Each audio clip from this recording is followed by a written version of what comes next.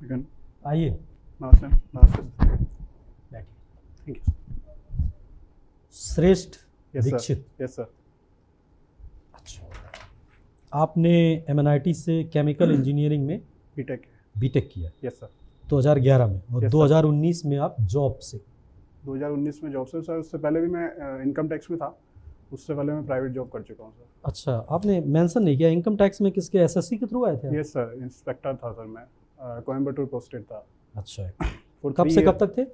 Sir मैं 2016 से 2019 तक।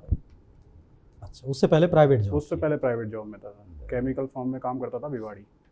केमिकल फर्म में काम करते थे। अच्छा, चलिए, अब आप डिस्ट्रिक्ट एम्प्लॉयमेंट ऑफिसर हो। Yes sir. आपका इंटरेस्ट है इंटरनेशनल रिलेशन में, और फाइनेंशियल मार्केट और स्टॉक मार्केट आपका पसंद है। हाँ सर। चलिए, आप दोनों में अंतर बता दीजिए कि फाइनेंशियल मार्केट क्या होता है और स्टॉक मार्केट क्या होता है। Sir stock market basically secondary market होता है, जहाँ पे ऑलरेडी जो सिक्योरिटीज़ हैं उनका एक्सचेंज होता है, ट्रेड होता है।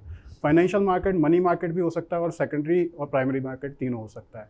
जिसमें आप जैसे कॉल मनी मार्केट हो गया, कॉर्पोरेट बॉन्ड्स होते हैं, वहाँ पे उनका आदान प्रदान हो सकता है। तो फाइनेंशियल एक अम्ब्रेला टर्म है, उसके अंदर ही स्टॉक मार्केट आता है। कॉर्पोरेट बॉन्ड्स में और गवर्नमेंट के बॉन्ड्स में क्या डिफरेंसेस होते हैं?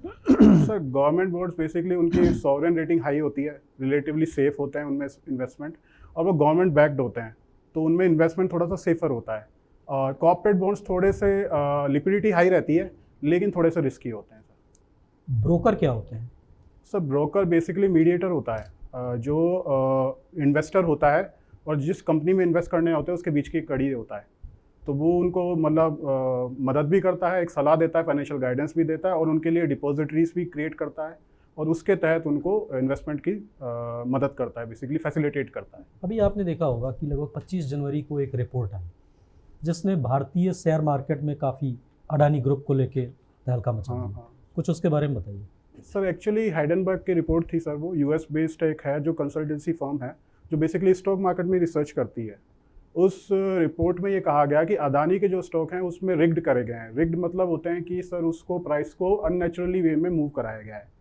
तो क्या हमारी सेबी के पास इस तरह की चीज़ों को रोकने का कोई आधार नहीं होता है, कोई उसके पास इक्विपमेंट नहीं होता है क्या? सर सेबी के पास काफ़ी अच्छे लॉज हैं, और लॉज और रेगुलेशंस के तहत वो करती है। जैसे कई बार वो स्टॉक के अपर सर्किट लोअर सर्किट को मूव करने से रोकती है। जैसे कोई स्टॉक 20% बहुत तेज़ी से ग्रो कर रहा है तो अच्छा, उसकी स्टॉक आपने बात की कि स्टॉक के अपर सर्किट और लोअर सर्किट को मूव करने में रजिस्ट करता है, तो ये स्टॉक कंपनियां, जैसे जो कंपनी है वो अपना ये लिमिटेशन लगाती है कि आज इसका जो स्टॉक लिमिट है इस कंपनी का कि 5% अप हो सकता है, 5% डाउन हो सकता है, 20% अप हो सकता है, 20, या सेबी लगाती है? सर सेबी लगाएगी। क्या बेस क्या होता है कि किस स्टॉक को 5% अप कर सकता है मैक्सिमम दिन में, और कौन सा स्टॉक 20%, कौन सा स्टॉक 35%, 40%, क्या बेस होता है इसका? सर एक्चुअली 5% जो उन पे रहता है जिनमें लिक्विडिटी बहुत हाई मतलब लिमिटेड रही है, पर स्टॉक रिग्ड होने के चांसेस ज़्यादा हैं, जहाँ पे ये देखा गया कि रिटेल इन्वेस्टर के फंसने के चांसेस ज़्यादा हैं। जैसे रिसेंटली अभी माइक्रो कैप्स में 0 से 500 करोड़ की कंपनीज पे लगाया गया था, उनको ऐसी उनकी जो सर्किट लिमिट थी उसको क्लोज करा गया। और जो स्टॉक अच्छे से ट्रेड करते आ रहे हैं, जिनकी रिपोर्ट्स अच्छी रही हैं, हिस्ट्री जो हिस्टोरिकल रिपोर्ट्स ठीक रही हैं, उनको नेचुरली 20% तक का एक दिया जाता है। फॉरेक्स क्या होता है? Foreign exchange sir. अच्छा, फॉरेन एक्सचेंज, इससे रिलेटेड कोई कानून भी आया है लेटेस्ट में? क्या कानून है? Foreign exchange sir, sorry sir, I am not able to recall. कोई व्यक्ति अगर विदेश से आ रहा है, फेमा एक्ट हो सकता है, foreign exchange management act, ED जिसको गवर्न करता है। और मैक्सिमम इंडिया में कोई व्यक्ति अपने पास कितनी विदेशी करेंसी रख सकता है, कितने मूल्य की करेंसी रख सकता है? Sorry sir, ID. Adani group को लेके जो ये आई, तो क्या मुश्किल से जो हिंडनबर्ग रिपोर्ट आई है उसमें 10 से 15 व्यक्ति काम करते हैं मैक्सिमम। क्या कोई कंपनी इतनी ज़्यादा पावरफुल हो सकती है कि इतने बड़े एम्पायर अडानी ग्रुप को, जो दुनिया में दूसरा सबसे बड़ा आदमी बन चुका है, उसको हिला के रख दे, या पूरे इंडियन शेयर मार्केट को हिला दे? सर स्टॉक जो बेस होता है वो डेटा बेसिस पे होता है। अगर डेटा बेसिस में अगर वो ये बैक्ड बाय नंबर से देखा जाएगा, अगर वो balance sheet, profit and loss statement है, तो ये तो देखा जाएगा कि जो वैल्यूएशन थी अडानी स्टॉक्स की वो रिलेटिवली काफ़ी हायर थी। नहीं, रिलेटिवली आपने बताया एक 15 आदमियों का ग्रुप इतना बड़ा रिसर्च कर लिया अडानी ग्रुप के बारे में, और जो सेबी है या दूसरे जो इंस्टीट्यूशंस हैं इंडिया के, वो इतना बड़ा रिसर्च नहीं कर पाया, या इंडियन जो जनता है या जो शेयर मार्केट में इन्वेस्ट किए हुए हैं उनको रिलेटिवली हिंडनबर्ग पे ज़्यादा भरोसा था और इंडियन इंस्टीट्यूशन पे नहीं था? नहीं सर, ऐसा नहीं है। एक्चुअली जो लेजिटिमेट वे में तो ग्रो कर ही रहा था। अब लोग पैसे देने के लिए तैयार हैं, उस स्टॉक को बाय करने के लिए तैयार हैं रिलेटिवली, अगर वो हायर वैल्यूएशन पे भी अगर उसको मिल रहा है तो रिटेल इन्वेस्टर को ठीक है कि उसको लग रहा है कि इसके प्रोजेक्ट से उसका फ्यूचर अच्छा है, तो वो रिलेटिवली हायर प्राइस पे इसको बाय करेगा। तो उनको दिख रही थी कि इसमें ग्रोथ है, अदानी और पोर्ट्स पे भी जा रहा है, सीमेंट्स में भी जा रहा है, ऑयल में भी जा रहा है, तो डाइवर्सिफाइड फील्ड में जा रहा है, इंफ्रास्ट्रक्चर प्रोजेक्ट्स में भी जा रहा है। तो उनको लगा कि हाँ ये अच्छा करेगी, ग्रोथ करेगी।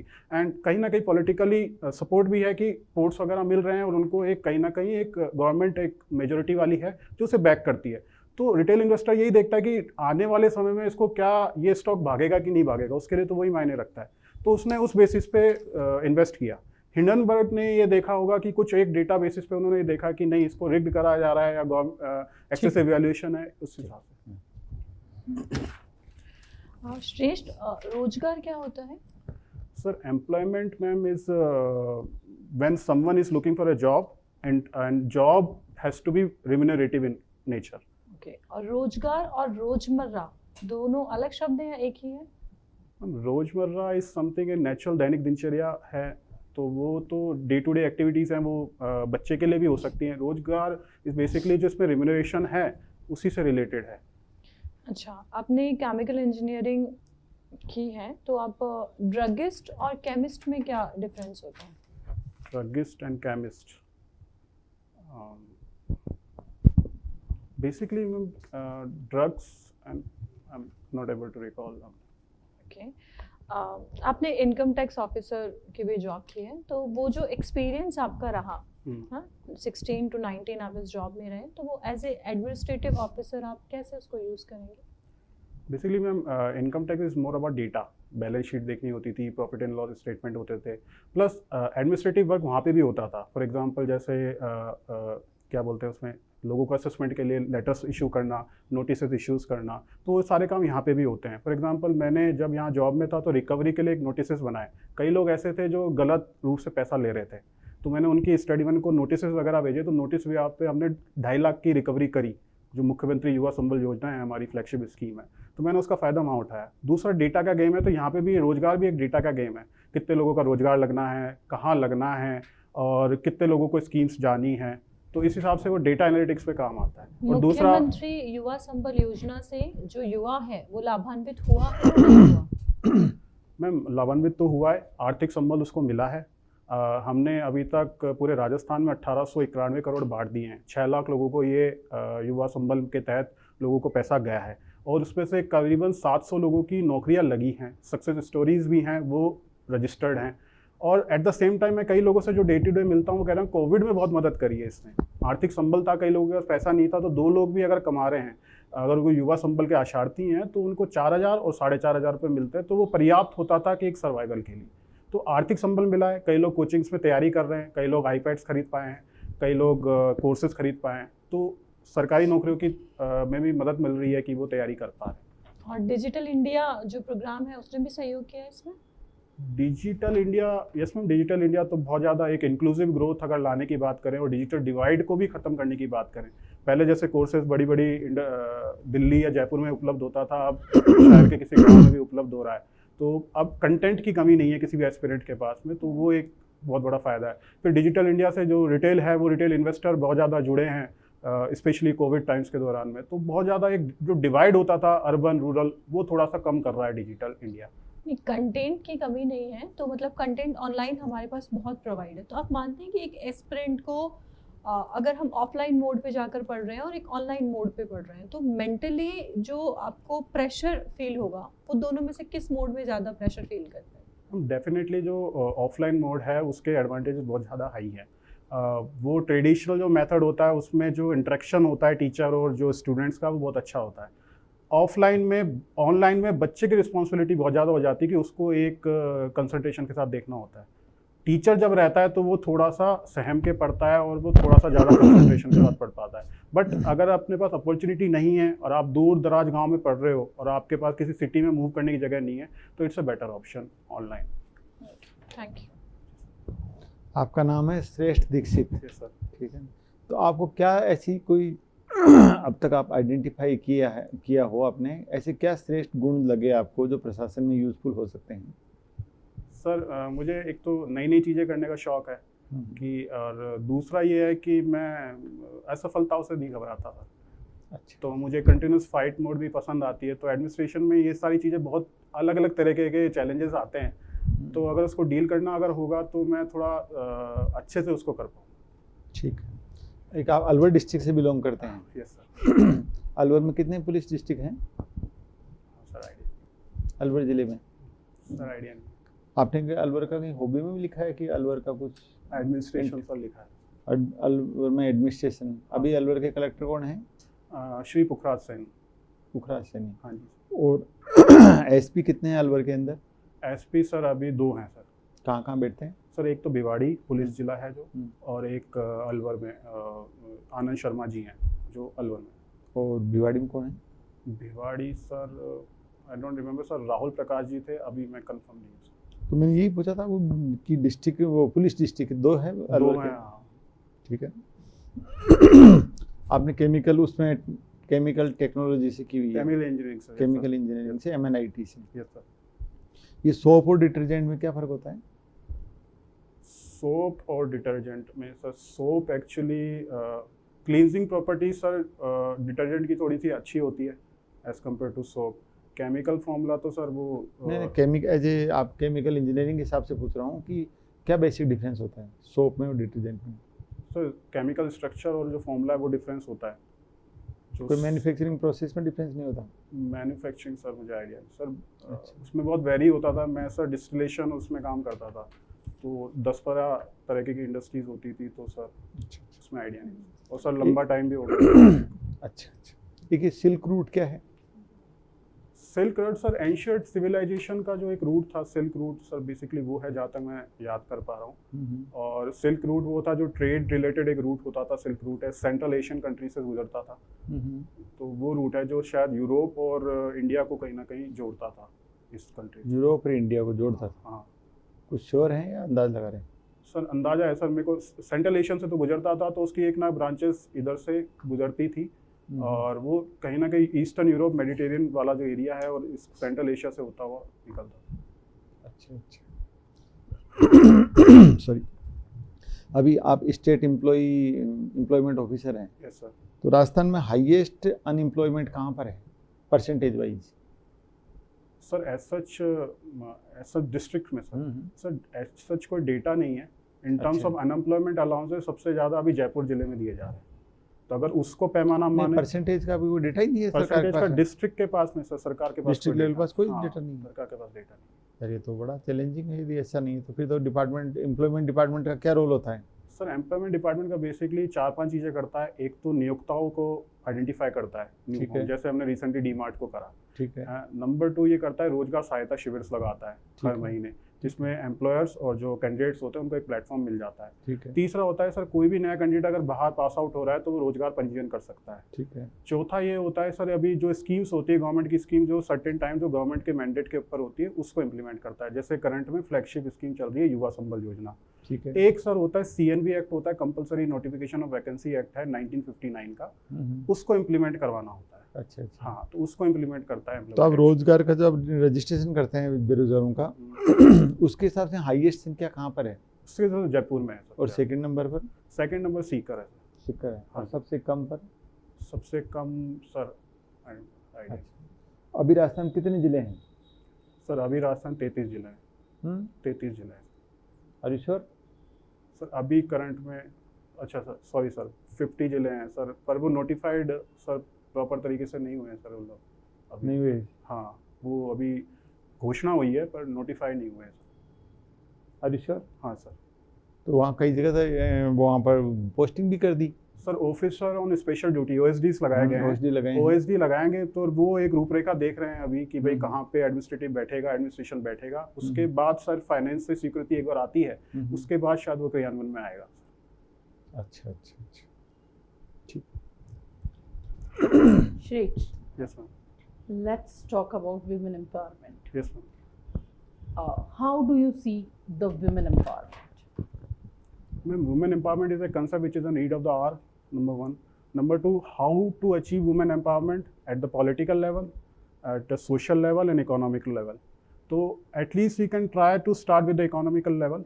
So economic that labor force participation rate, the difference has to be abridged, and then the social level, the patriarchal mindset has to be knocked off, and the third political. How can we achieve the financial level when half of the women are working at home only without payment, without getting anything?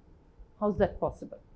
So should we make some kind of policies, or we should start some monthly income for them? What should we do for giving them the proper women empowerment on the basis of financial? Financial empowerment has to be achieved when we have to make them skilled, number one. And skilled, if we make them skilled, then definitely their employability will increase from the home, number one. Okay. If they are skilled, they'll go outside for working. Why they'll be at home? And if they are at home, they are giving their 24/7 for nurturing a family, for the husband or for the kids or for the in-laws. They are not skilled.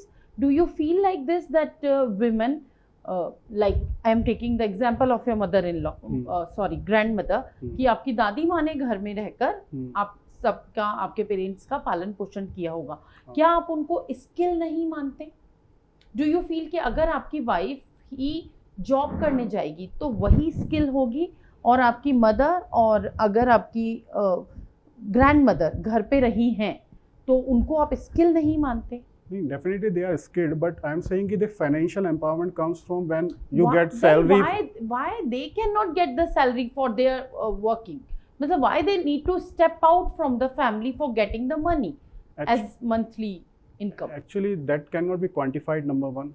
How you can quantify that nature of work into the monetary terms, number one, that will be the difficulty. Then you are, the relationship is of a different level, mother-son relationship is different level, husband-wife is different level. How can you contribute in monetary terms? That will be a difficulty, and that can create a problem. The social angle is different in economic. चलिए, आप मुझे ये बताइए, present time में women बहुत empower है. We have a lot of examples कि women empowerment almost achieve हो चुका है. हमारी राष्ट्रपति जी भी इसका एग्जाम्पल है. उससे हमारी सोसाइटी पर क्या नेगेटिव इम्पैक्ट आ रहा है? वुमेन एम्पावरमेंट से नेगेटिव इम्पैक्ट? बिल्कुल मैम, नंबर वन, वैसे तो in terms of family structure the divorce rate have increase, number one. Divorce increase हो रहे हैं क्योंकि वुमेन जब लिबर्टी की बात करते तो इक्वल राइट्स पे होते हैं, तो पहले कॉम्प्रोमाइज़ करती थी वुमेन ही करती आ रही है. सो डेफिनेटली फैमिली में जब ईगो प्रॉब्लम ज़्यादा होती है तो डाइवोर्स रेट इंक्रीज है. तो family structure. Second, upbringing of child, उसमें एक दिक्कत आती है. अगर तो why a man can not contribute in upbringing of child? Why we always expect a women to contribute for ethical values or for everything for nurturing a child? Actually, we are socially evolved like that, and the biological evolution, if we mix together, man has been always. You are a new generation. How can you change this respect of family? Just tell me in one line fast. Actually, we can, the contribution has to be, division of labor has to be, should not be there. The division of labor. Last question आपसे. अभी जो ज्योति मौर्य वाला case चल रहा है, इसमें इसको आप किस तरीके से देखते हैं? जस्टिस ज्योति मौर्य केस, एक्चुअली हम सुपरफिशियली बाहर से बैठे हुए हैं, जो न्यूज़ आ रही है उसी से आप न्यूज़ के अकॉर्डिंग बताइए, क्योंकि हर आदमी प्रोस्पेक्ट बनाता है. मीडिया में कोई भी न्यूज़ आती है तो एवरीवन सबका कुछ ना कुछ परसेप्शन होता है. तो आप मुझे बताइए आपका उसको लेके क्या परसेप्शन है? जस्टिस परसेप्शन ये है कि नंबर वन, उनकी प्राइवेसी को हंग नहीं करना चाहिए था. नंबर सबसे पहले उनकी फैमिली थी, तो उन दोनों की जो चीज़ों का ट्रोल हो रहे हैं या फिर सोशल मीडिया पे उनका प्रोपेगेंडा. दूसरे, दोनों पार्टीज़ के अगर पक्ष रखे जाएं तो उसके बाद चीज़ें एक समझ में आएंगी. अगर बाहर से अगर चीज़ों को देखा जाए और उससे अगर जजमेंट पास करेंगे तो definitely it will be difficult task for me as an individual. आपका इकोनॉमी में इंटरेस्ट है, भारत विशेष में. आप जीरो बजटिंग बता सकते हैं क्या होता है? Sir, zero based budgeting basically reset budgeting है. होता क्या है भारत में इसका कॉन्सेप्ट कब आया? भारत में इसका concept sir relatively I don't know, but I can guess 2007 something. Zero base budgeting का कॉन्सेप्ट कहाँ से लिया गया है? सबसे पहले वर्ल्ड में इनिशियली स्टार्ट कहाँ पे किया गया? Sorry sir. अच्छा, अभी भारत के जो बजट पेश किया गया है लास्ट में, आपको क्या दिख रहा है कि सबसे ज़्यादा जो भारत का इनकम का सोर्स है क्या है? इनकम का सोर्स सबसे ज़्यादा भारत का सर, जीएसटी कलेक्शन क्या है, कितने % है? I am not sure sir. और बेसिकली जेम्स एंड ज्वेल्स, ठीक है, जो जयपुर एक बड़ा इसका केंद्र है। क्या रीज़न है इसके पीछे कि जयपुर जो है जेम्स एंड ज्वेल्स के बारे में, बिजनेस के बारे में इतना अच्छा ग्रोथ किया है, ये या Surat? Sir maybe I am not sure about it but I can guess. तो एक रीज़न तो ये हो सकता है कि सर एक ट्रेडिशनल जो है राजा रजवाड़ों की जगह रही है, तो एक कारण तो ये हो सकता है कि जो गिल्ड सिस्टम जैसे होता था तो वो सीखते सीखते आते, एक तो वो। दूसरा, मारवाड़ी हर जगह जाके पूरे राजस्थान और इंडिया में फैला है, तो उनका जो एक पूरा बैंकिंग सिस्टम था और उनका ट्रेड करने का तरीका था, दे नो अबाउट इट। तीसरा हो सकता है sir maybe, I don't no, I am not sure, कि रिसोर्सेज यहाँ पे होंगे जो बनाने में काम आते होंगे, कारीगर भी अच्छे मिलते होंगे, जो कारीगर हैं उसको काम करने की कला उनमें अच्छी होगी, तो there will be multiple reasons हो सकता है। I am not. अभी कोविड पीरियड रहा है, ठीक है, तो इस पीरियड में ऐसा कौन सा फील्ड रहा है इकोनॉमी का हमारे जिस पे लीस्ट इम्पैक्ट पड़ा है कोविड का डेवलपमेंट के बारे में? जैसे होते हैं ना, वेरियस फील्ड होता है। सर डिजिटल इंडिया उल्टा बूम करा है बहुत ज़्यादा। नहीं, डिजिटल इंडिया तो बूम किया। डिजिटल जैसे एडटेक कंपनी जो थी, जो कई सारी जो एडटेक, एग्रीकल्चर के ऊपर क्या इम्पैक्ट पड़ा था इसका? एग्रीकल्चर ने रिलेटिवली बेटर ग्रोथ दिखाई थी एज कम्पेयर टू अदर, तो that may be the reason, क्योंकि एग्रीकल्चर ऐसा राउंड द ईयर वाली एक्टिविटी नहीं होती। वो एक होती है कि एक सीज़न में हार्वेस्टिंग करिए, आप उसको कर सकते हैं उसमें। दूसरा, ह्यूमन टू ह्यूमन कॉन्टैक्ट वहाँ पे कम हो सकता है, तो इसमें भी रीज़न। इंडस्ट्रीज़ में बहुत ज़्यादा होता है, या सर्विस सेक्टर में बहुत ज़्यादा ह्यूमन टू ह्यूमन कॉन्टैक्ट होता है, तो वो एक दूसरा कारण रहा होगा। तीसरा, रूरल एरिया में ऑलरेडी पॉपुलेशन डेंसिटी कम है, तो वहाँ पे रीच कोविड-1 की बहुत लेट गई थी, लेटरल स्टेजेस में गई थी, तो ये एक कारण हो सकता है। तो इस वजह से एग्रीकल्चर बेटर परफॉर्म किया, but it was at saturated level, that जो ग्रोथ है एक नॉर्मल थी वो ग्रो कर रहा था। आप 2019 से कार्यरत हो, और सर। उसी के बाद कोविड पीरियड है। तो कोविड पीरियड में जो ये फुटकर विक्रेता हैं, इनकी सोशल सिक्योरिटी के लिए गवर्नमेंट द्वारा चलाई गई 2 स्कीमें बताइए। सर एक सेंट्रल गवर्नमेंट द्वारा स्वनिधि योजना करके थी, स्वनिधि इसके योजना। अंतर्गत क्या था? सर स्ट्रीट वेंडर्स को सर एक कैपिटल मुहैया कराने की बात करी गई थी इसमें। कितनी capital? Sir I am not sure. दूसरी योजना क्या? दूसरी सर बेसिकली आत्मनिर्भर भारत में ही पैकेज में शायद दी गई है, उसमें स्पेसिफिक सर नहीं पता। ठीक, थैंक यू। बैठिए श्रेष्ठ दीक्षित। Yes sir. श्रेष्ठ दीक्षित जी, आप ये सोच के आए हो, हमें लग रहा है कि हम ऑलरेडी डिस्ट्रिक्ट एम्प्लॉयमेंट ऑफिसर हैं, हम मॉक इंटरव्यू देने जा रहे हैं, ना कि हम इंटरव्यू देने जा रहे हैं। ये आपके दिमाग में है क्या? नहीं सर, ऐसा नहीं है। चलिए, नहीं है तो ये आपके लिए अच्छा रहेगा, ठीक है, क्योंकि जो आदतें होती हैं ना, वो इमीडिएट नहीं चेंज की जा सकती, वो सर्टेन प्रोसेस का आउटपुट होती है, ठीक है। 2-3 चीज़ें हम बता रहे हैं, आप ध्यान करिएगा। आई कांटेक्ट ब्रेक करते हैं आप थोड़ा सा चीज़ों में, ठीक ठीक है, उसको फोकस करिएगा। और एक जो बात आप कर रहे हैं, जब जैसे इंटरव्यू में, तो बहुत कैजुअली बात कर रहे हैं, है ना। आपको एक जो नॉर्म्स होते हैं, प्राइमरी नॉर्म्स होते हैं, जैसे आप एडमिनिस्ट्रेटिव ऑफिसर रहे हो, दूसरा बच्चा होता तो चलो इग्नोर किया जा सकता था, बट आप थोड़ा सा उस नॉर्म्स को फॉलो करिए। बहुत कैजुअली टॉक लग रही है ना। चलो। तो थोड़ा सा बस ये इम्प्रूवमेंट करिएगा। और बाकी आपकी बीएड वगैरह अगले टाइम आइएगा। हाँ। डेट आई कि नहीं आई अभी? सर 13 जुलाई है। 13 जुलाई। तो फिर आप इतना लेट क्यों कर रहे हैं? थोड़ा सा और सीरियस हो जाइए। खैर एम्प्लॉय है ही हैं आप, है ना, नहीं भी होगा तो कोई दिक्कत नहीं है, है ना। नहीं सर ऐसा नहीं है, लेकिन अभी मैं सर स्वीप का वो प्रभारी बना रखा है सर। जिला एडमिनिस्ट्रेशन में काम बहुत ज़्यादा रहता है, तो 3 को तो। दूसरी चीज़, जैसे आपके डिपार्टमेंट से जो एम्प्लॉयमेंट से रिलेटेड सवाल पूछे जा रहे हैं, आप उसमें कंफर्ट फील नहीं कर रहे हैं, है ना। उसके बारे में आपको चीज़ों को पता होने चाहिए। ये तो है ही नहीं, गवर्नमेंट के पास डेटाज होते हैं कि हमारे यहाँ अनएम्प्लॉयमेंट रेट क्या है, किस डिस्ट्रिक्ट में क्या है। नहीं सर, एक्चुअली मैं ये सर्च किया था sir. Actually periodic labour force survey है, वो करवाता है, लेकिन राजस्थान के पास ऐसा कुछ नहीं है। नहीं। एनीवे ठीक है। उसके बाद इकोनॉमी के फील्ड में आपने यहाँ पे लिखा हुआ है भारत विशेष में। हमें लग रहा है आप पूरे दिन तो शेयर मार्केटिंग करते होगे, एडमिनिस्ट्रेशन पे क्या ध्यान देते होगे? किस में इन्वेस्ट किया है आपने? सर बजाज फाइनेंस में। बजाज फाइनेंस किस रेट पे इन्वेस्ट किया था? सर 3400 के रेट पे किया। अभी तक रखे हुए हैं? हाँ सर। कितने साल हो गया इन्वेस्ट किए? सर इन्वेस्टमेंट वैसे मैं 2010 से करता हूँ। नहीं, 2010 से कर रहे हो तो ठीक है। तो तो 2021 में टॉप लेवल जब पहुंचा था तब आपने एग्जिट नहीं किया था वहाँ से? नहीं सर, नहीं एग्जिट किया। चलो ठीक है, बढ़िया है, रखे रहो, ऐसे लंबा रहेगा। बाकी चीज़ें हमने आपको बता दिया, आपको समझ में आ गई चीज़ें, तो आप इस पर फोकस करिएगा। और अगर इच्छा हो तो 1-2 बार और दे दीजिएगा। नहीं सर, बिल्कुल ठीक है, इम्प्रूवमेंट करेंगे। बस एक ही चीज़ इम्प्रूवमेंट आप कर लीजिए, कैजुअली बात करना बंद कर दीजिए।